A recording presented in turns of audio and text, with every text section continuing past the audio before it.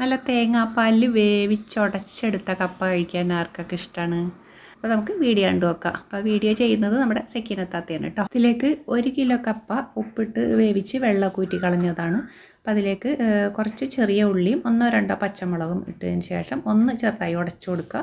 പിന്നെ ഇതിലേക്ക് ഒരു വലിയ തേങ്ങയുടെ പാലെടുത്തിട്ടുണ്ട് കേട്ടോ. ഇനി തേങ്ങാപ്പാലിൽ കിടന്ന് കപ്പ ഒരു 10 മിനിറ്റോളം നല്ലോണം ഒന്ന് വെന്തുടഞ്ഞ് വരട്ടെ.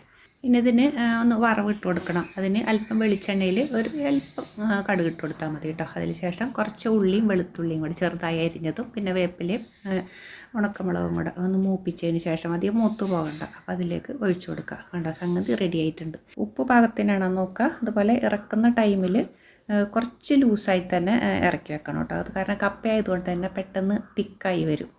ഇത് വെറുതെ നമുക്ക് കോരി കഴിക്കാനും നല്ലതാണ്. അതുപോലെ മീൻകറി കൂട്ടിയൊക്കെ ഒരു പിടി പിടിച്ചാലുണ്ടല്ലോ സംഗതി കിട്ടും. വീഡിയോ ഇഷ്ടമായി സപ്പോർട്ട് ചെയ്യണേ.